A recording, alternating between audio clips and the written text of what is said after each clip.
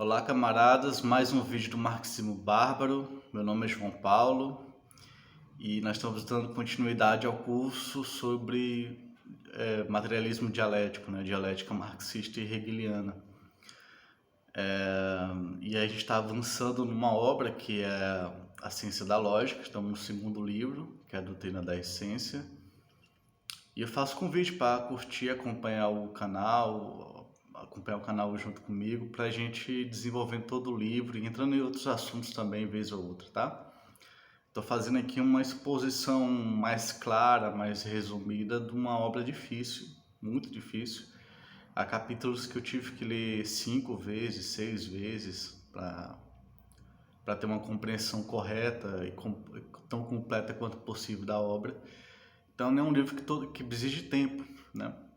Existe algum tempo livre, que ainda bem a pandemia tem um pouco esse lado, né, para algumas pessoas, de dar algum tempo, quem pode. Exige tempo, e nem sempre se tem esse tempo, então um resumo claro das ideias de Hegel, do que é a dialética, do método dialético como método científico, ajuda a gente a entender, né? Então, nós vamos debater hoje o todo e as partes, força e sua externação, o interior e o exterior. Mas antes de debater isso, nós temos que debater o aparecimento. O aparecimento é o processo em que a aparência surge. A aparência, ela tem que surgir, tá? Hegel está dialogando aqui com vários filósofos, entre eles o Platão, né? A concepção platonista cria dois mundos, tá? Um mundo separado do outro. Existe o mundo das ideias, o mundo das leis, um mundo perfeito, imutável, e um mundo como ele aparece, o mundo da aparência, em que a realidade é dissolvente, a realidade vai para a morte, é perecível, tá? E Hegel, ele diz assim, não, simplesmente não, ele desenvolve a ideia, mas aqui eu vou apresentar de forma resumida, tá? Para a gente passar para os próximos pontos. Existe o mundo, é um só, é uma totalidade que se divide em duas totalidades. O mundo é um só, uma única totalidade que são duas totalidades. Você tem de um lado, como se fosse de um lado, mas não é, o mundo como é em si, para si, um mundo essencial, e do outro como se fosse um outro, mas não é outro. O mundo que aparece, tá? Nós temos uma cisão que alguns filósofos fazem entre esses dois mundos, o mundo essencial e o mundo que aparece. Hegel dirá, são um só mundo, uma só totalidade que se fragmenta em duas totalidades, tá? E cada uma é totalidade porque cada uma tem a outra dentro de si. Por exemplo, o mundo que aparece, aquilo que aparece tem que ter um aquilo que aparece, aquilo tem que ter um fundamento. Logo, o mundo que aparece tem dentro dele mesmo a ideia de um mundo essencial. O mundo essencial, por sua vez, tem que se apresentar ao mundo. Ele está numa autorrelação, ele é diverso, logo ele não fica só no fundo, ele se apresenta. Então o mundo essencial tem ele mesmo e o mundo que aparece. Então nós temos dois mundos que na verdade são um mundo só. Estão relacionados, não estão separados absolutamente. Eles são ao mesmo tempo um e dois. São ao mesmo tempo um só e são ao mesmo tempo dois. Duas totalidades que é uma totalidade só. Essa relação entre os dois, que é uma relação na prática, a gente pode dizer, Hegel usa muito essa expressão, relação consigo mesmo, ou relação consigo mesmo como com um outro, tá? Então, as duas totalidades são uma só totalidade, que é uma relação consigo mesmo como com o outro. Essa duplicação gera uma relação essencial, e a gente vai entrar agora na relação essencial. A primeira delas é a relação de todo e das partes. Tá? O todo representa o mundo da essência e a parte representa o mundo que aparece.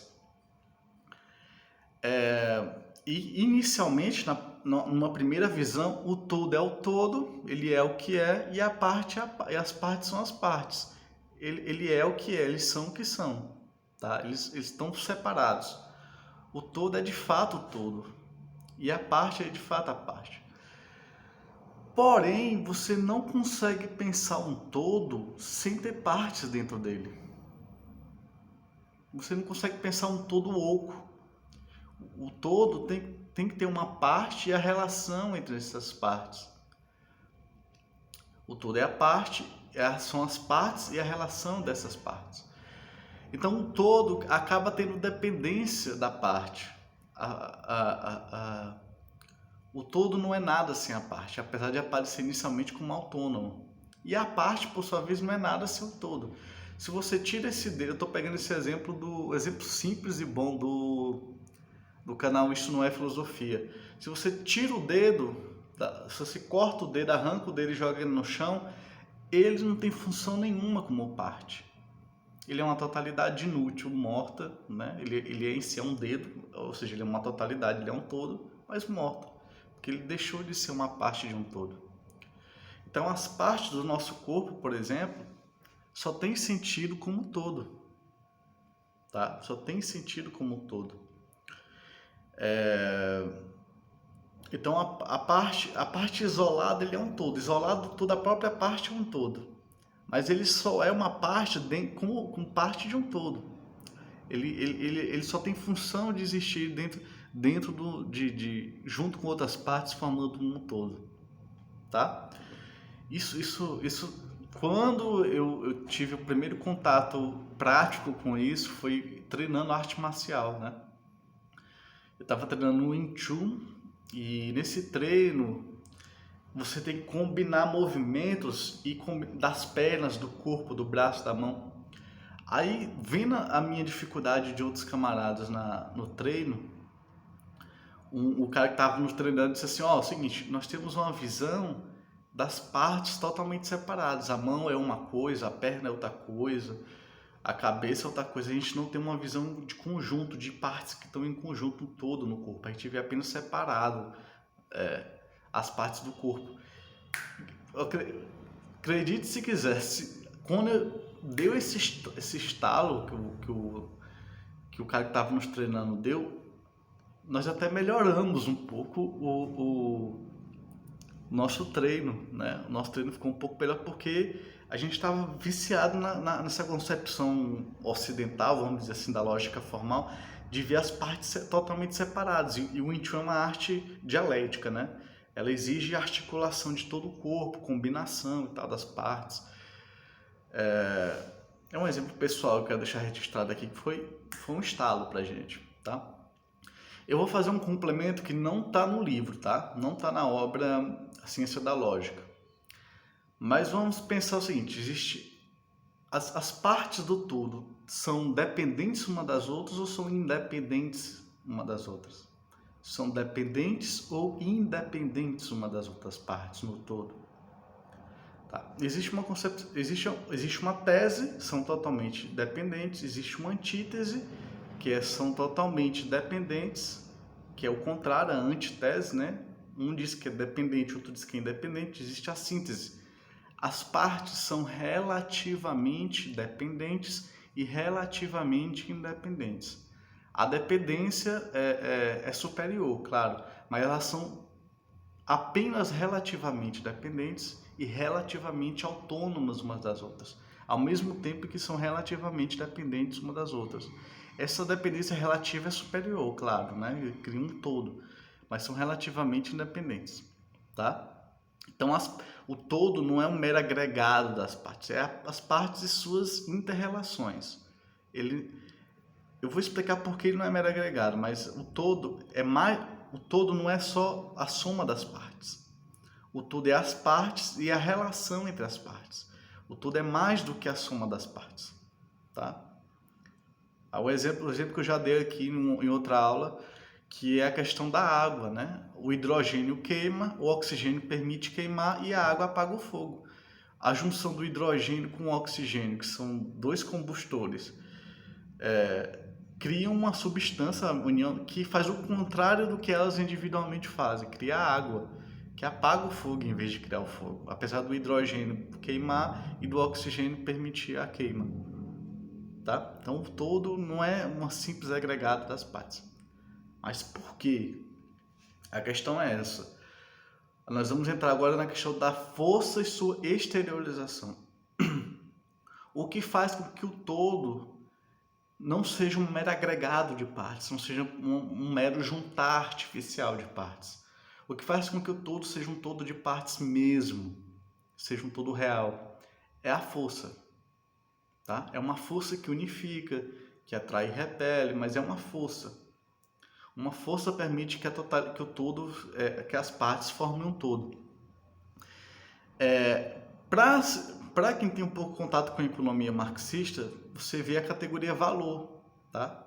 As mercadorias têm valor, as máquinas têm valor, existe o valor da força de trabalho, existe valor das matérias-primas. Então, o valor é o que unifica o capital total, o capitalismo, se quisermos.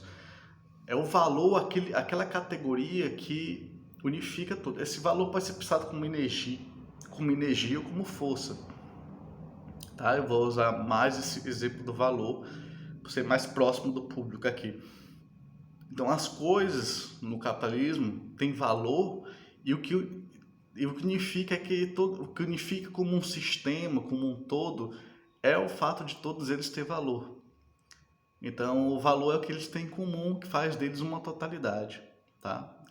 Como se fosse uma substância que tá no todo, uma substância que passa por todas as partes, que está em todas as partes, tá? E aqui a gente entra na questão da força e sua exteriorização. A unidade do todo e das partes vai para a questão da força e seu lado exterior, sua exteriorização, seu processo de exterior. E aqui eu tenho que dar exemplo científico e o leitor o ouvinte vai ter que ter um pouco de paciência e não dá tempo de fazer uma explicação mais profunda. Mas na sociedade capitalista, como eu disse, o que significa o valor. Existe um só valor global social. Existe uma substância única nas mercadorias que se chama valor. É uma substância só, uma força só. Vou chamar de força. Ainda não chegamos na categoria de substância. Eu vou chamar de força. Então, assim, a substância é mais na frente, talvez na próxima aula. Mas existe uma força só que permeia todas as coisas no capitalismo, todas as mercadorias, que se chama valor. É uma coisa só, a força. Ela se exterioriza e nesse lado exterior dela, que ela vai para fora, ela se enfrenta com ela mesma. Ela lida com ela mesma como se fosse com outro. Vou repetir, ela lida com ela mesma como se fosse com outro. Pareceu confuso? Nós temos, por exemplo, um livro... eu não tenho um livro aqui. Nós temos um pote e nós temos uma colher, tá? Um pote e uma colher. O que há em comum entre eles? Eles têm... essa colher tem um valor e esse pote tem um valor, né? Tem expresso em preço. Eles têm um valor e ele também tem um valor. Vamos supor que estamos no mercado. Mas esse valor que os dois têm é o mesmo valor. É a mesma força que se expressa em coisas, que se cola em coisas dentro das coisas diferentes e aparece com valores diferentes. Porque o mesmo valor se tornou em parte isso aqui, em outra parte isso aqui, o mesmo valor criou uma luta contra ele mesmo. Esse pote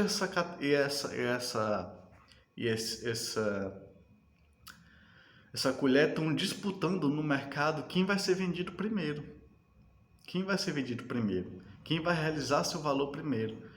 Ou seja, é o mesmo valor que se expressa externamente, porque está dentro das coisas, como valores diferentes. É a mesma força que se expressa dentro das coisas como forças diferentes.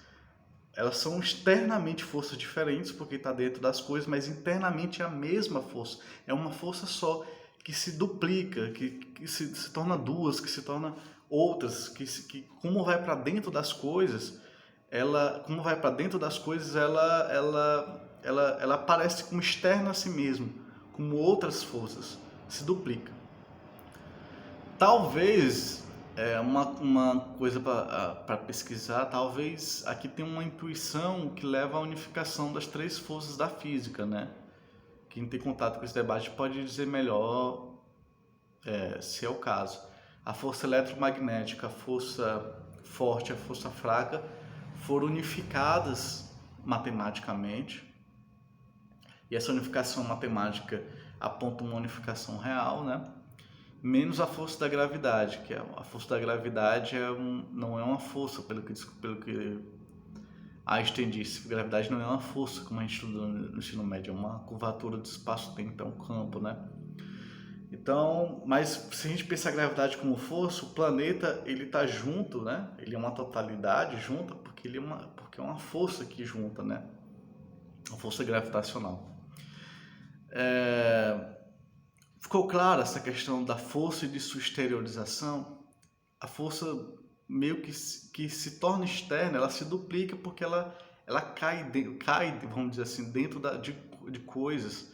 Então ela aparece como a mesma força aparece como forças diferentes, e ela se relaciona com ela mesma como se fosse com outra força, tá? E essa força que permite a totalidade ser uma totalidade de fato. As partes não são apenas juntas, não estão apenas agregadas, mas estão em uma unidade viva, né? Viva porque tem a força que permite a existência dessa totalidade. Isso ficou claro? Eu espero que sim.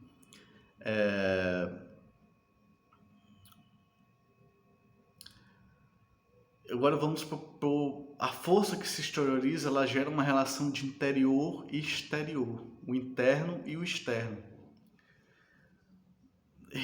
Tem um exemplo, eu acho que é de Hegel, que é o seguinte, que é um dos livros introdutórios dele.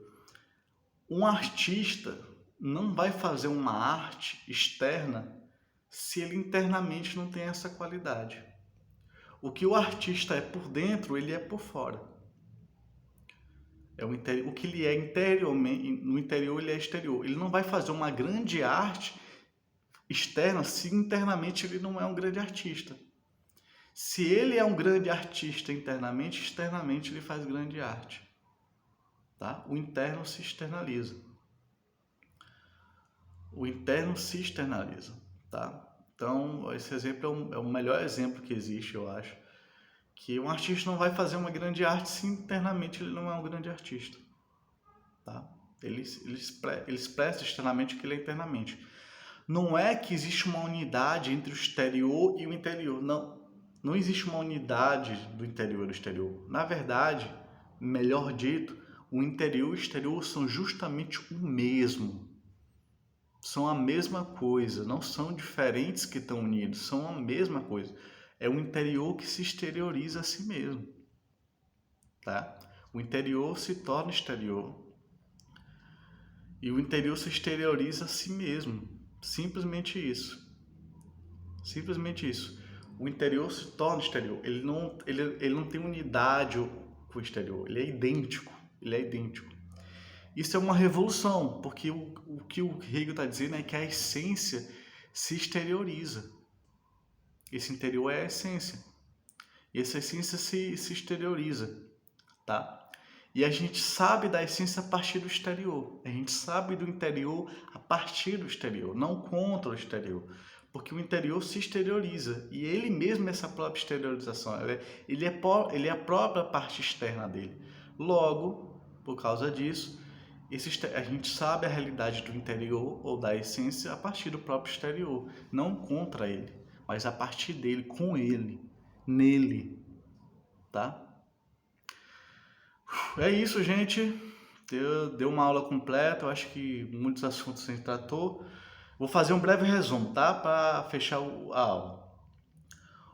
O mundo essencial, o mundo que é em si para si, o mundo que aparece são o mesmo. São uma totalidade só que divide em duas totalidades, são o mesmo.